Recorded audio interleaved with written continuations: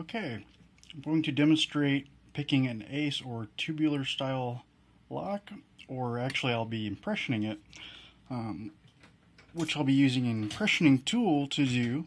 Here's the key. Everything works normally. See, when I push this in and turn it, all the pins are matching the shear line.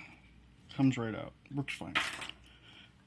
Get a set of these 3 impressioning tools from a lot of those cheap Chinese sites. There's some American ones as well. Southern makes some really nice ones. But basically, there's a magnetic ring. You push up on this to make sure these are all aligned. Let the ring fall back down. Push this against a flat surface to make sure these are all flat. You've got an alignment pin to go in the slot in the top. And also an arrow to show where you put the pin or the slot. So basically you just push this in and kind of wiggle it around as you turn it, back and forth.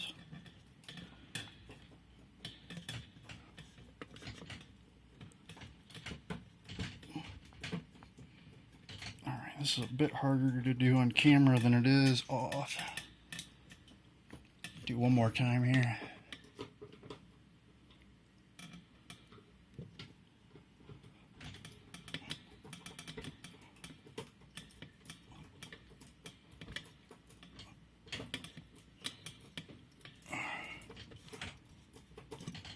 Okay, let's try out of the vise. Works great until you go to do it on film.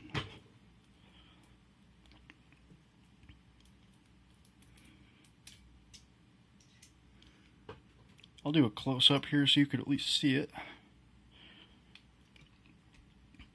There's the arrow. There's the top of that. And as you push this in and begin to turn it, it should, come on.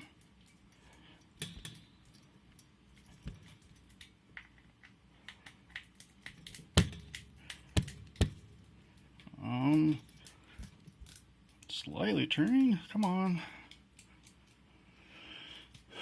Alright, make sure I didn't screw something up. I'll put the key back in and try it.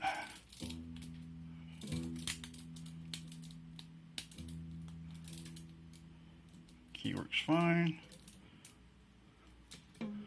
Come on. You're out. Line this up one more time.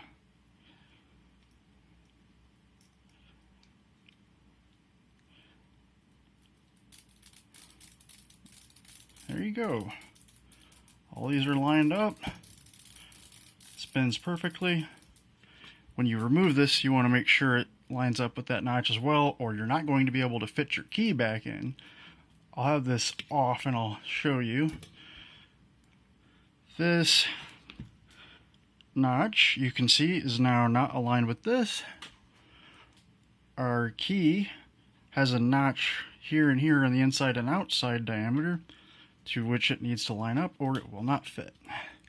So since this is an impressioning tool and not just a pick, we can stick this right back in just like it's a key and turn it right back.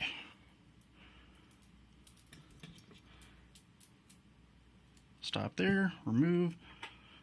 Now the key will work perfectly again.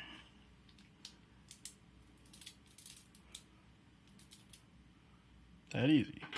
And this should still have the depth on it because there's these little rubber bands and tightening mechanism basically to make sure that these depths stay here when you remove the tool, and that it creates the key impression. So you can use that as a key or make a copy of the key from this. And that's all there is to it. I'll reset it one more time. And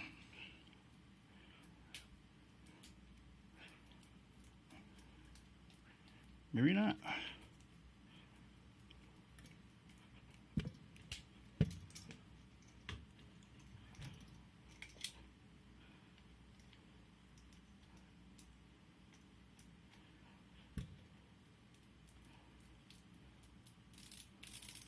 Bingo. Really easy. If you don't get it the first time, just wiggle it around a bit as you're putting it in and try resetting it and doing it again. That's about the fastest way I can describe to get these open. This was the 7.5 millimeter hook, 7.5 millimeter diameter tubular locks. They also have this 7.8 millimeter, which is the blue one. These will fit most of the American or North American tubular locks. So it should say 7.8 right there.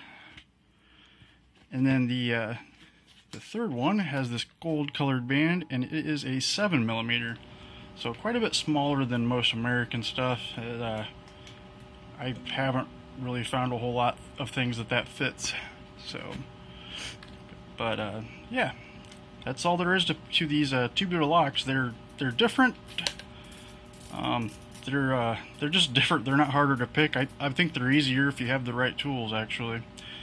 This is a see-through one, obviously, but it does the same with the metal ones. Just stick it right in and turn it, and as long as you're not nervous on camera, it'll go right in and turn, no issues whatsoever.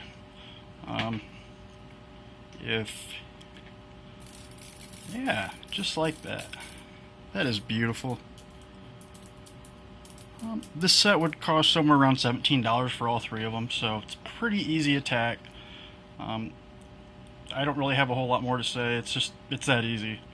So you've got cheap tools that compromise the security of pretty much all these round locks, or ace tubular locks, if you'd rather call them that. So, all right, that's all I have for you. So stay legal, stay out of trouble, and only pick locks that are yours.